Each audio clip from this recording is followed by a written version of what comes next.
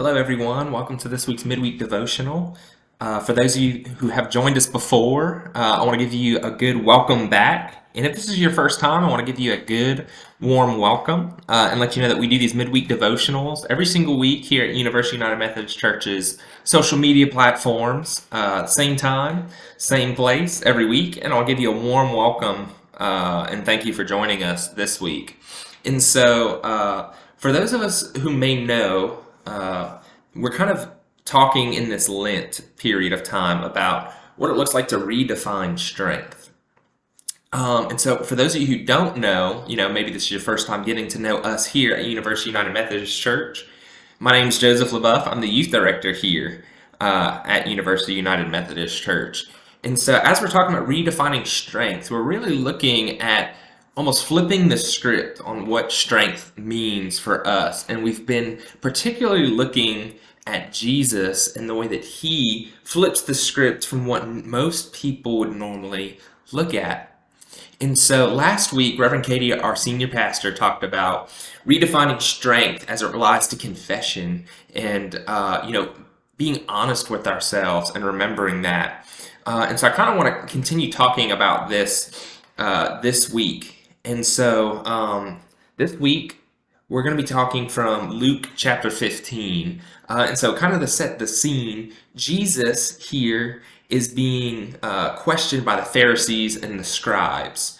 And for those of you who may not have an understanding of who these people are, so the Pharisees are these people who are very concerned with keeping the law. So everything that God has told us what to do, all the traditions of Jewish faith, they're so concerned with constantly keeping those as a way of outward appearance for them to look better and to be on a higher pedestal.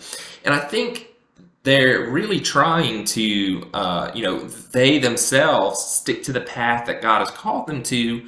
But in the meantime, they're taking that as a prideful way to put themselves above other people. And so all throughout the Gospels, most of the time when you see Jesus having these conversations with the Pharisees and the scribes, they're kind of asking him these questions to almost get him to say something that they deem is heretical, so like against the church, things like that. And they're also looking at his actions and asking him questions. And so here in Luke 15, the tax collectors and sinners are people that the Pharisees would deem as less than, because they're not as stuck to the law and to the traditions that they would be. And so Jesus, as he's talking to them, and they're questioning Jesus on the way that he interacts with them, he welcomes these people. He sits and he eats with the people that are not upholding the righteousness, that are not upholding, the laws and the traditions and the customs, and they would almost be deemed as outcast to society in a sense. So whenever you see Jesus throughout the Gospels interacting with the Pharisees, it's this constant tension between holiness, of who is holy. Is the Pharisees' level of holiness better? And Jesus comes to challenge that in a lot of ways. And so most of Luke 15 is Jesus telling these stories that challenge the way that they look at holiness. And all of it has to do with Jesus is talking about him coming to interact with the people that don't have a strong relationship with him. And in fact, that we should rejoice whenever people, start to have a relationship with him for the first time. And so you see there the passage of the lost sheep, of how going to seek after the one person who's lost. And then you have the lost coin, where it's seeking after the person who is lost.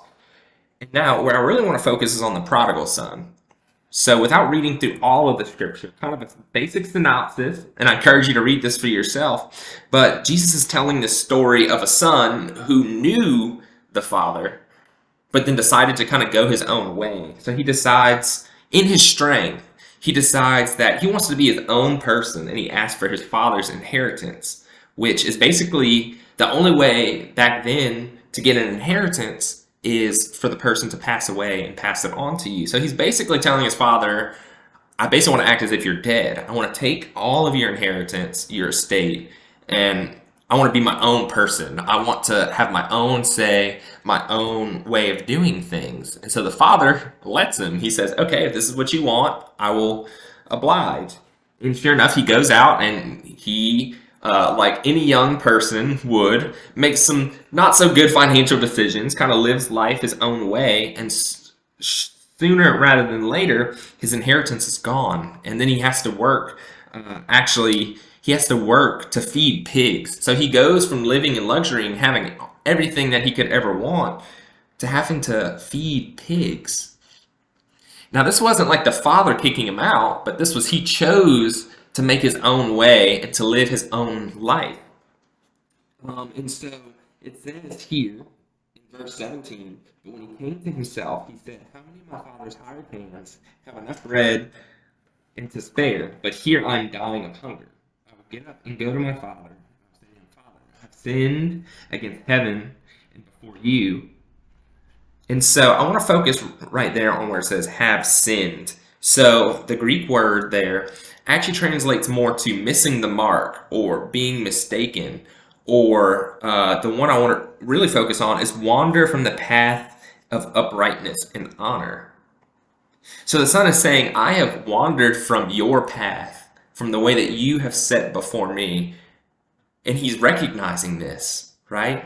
And so I know for me personally, this idea of strength is I hate to admit when I'm wrong. I hate to admit when I have made a mistake. And I want to do things my own way. I know what's best for me, all these things. And I can definitely relate that it has brought me to places kind of like where the prodigal son here has found himself in, of feeding pigs and realizing that, okay, this life that I made out for myself was not as full of joy and prosperity, not in like a financial or material sense, but the peace, the fullness of life that God promises us as our inheritance, right? And it takes a while for us to admit that our way doesn't work. So that's really what the prodigal son is saying here. He's admitting, I messed up. My way in the world is not working anymore.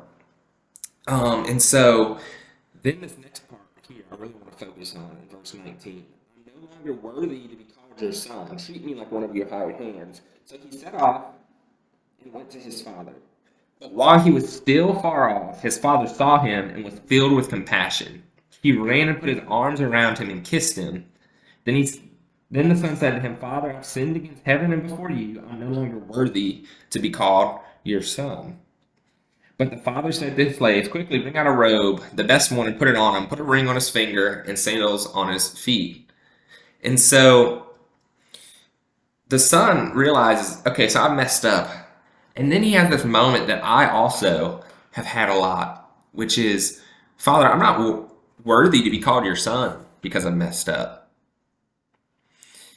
It's this fear and this shame and this guilt that sits with me, that when I've made mistakes in life, whenever I have taken things into my own hands and completely left them bare and broken and messed up and left myself bare and broken, the fear and the shame and the guilt and the sense of unworthiness can keep me trapped in that if I don't recognize it. If I don't sit there and confess and admit to myself that God's not asking for me to be perfect. In fact, it says, while the son was a far way off.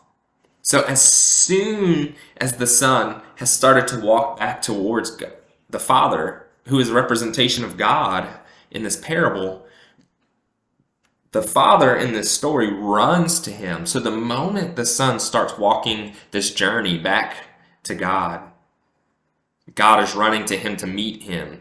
Not wait for the son to do all these steps and to go completely to him, but God meets him in the middle, right? Just from taking those actions, right? And then restores us as if we never left. So it's not like there's this punishment or this extra strings attached. He's just happy that we have returned back to him. And so this week as we go and ponder on that, I want to leave us with a challenge. And this is speaking for myself as well.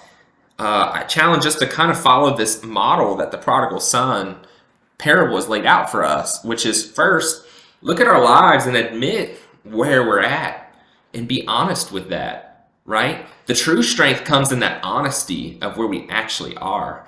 Am I feeding the pigs and wishing that I had the food that the pigs had? Or am I in the Father's house wearing the robe and the sandals in the ring?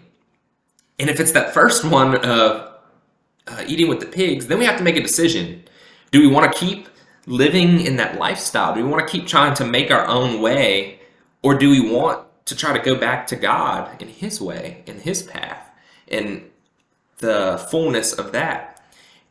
But then if we decide that, then we actually have to take steps. We actually have to start walking towards God. Because I know for me, I made a lot of decisions in my life that I never actually took action on. So the steps here are these spiritual practices of prayer, reading the Bible, coming to church, not just to come to church, but to be a part of a community of people also trying to do the same for you to walk alongside. And so this is kind of the challenge for us this week. And so I want to thank you all so much for joining. And so, like I said earlier, my name is Joseph LeBoeuf. I'm the youth director here at University United Methodist Church. And we do this every single week, same time, same place. We're so happy you joined us, and we can't wait to see you back next week. Thanks.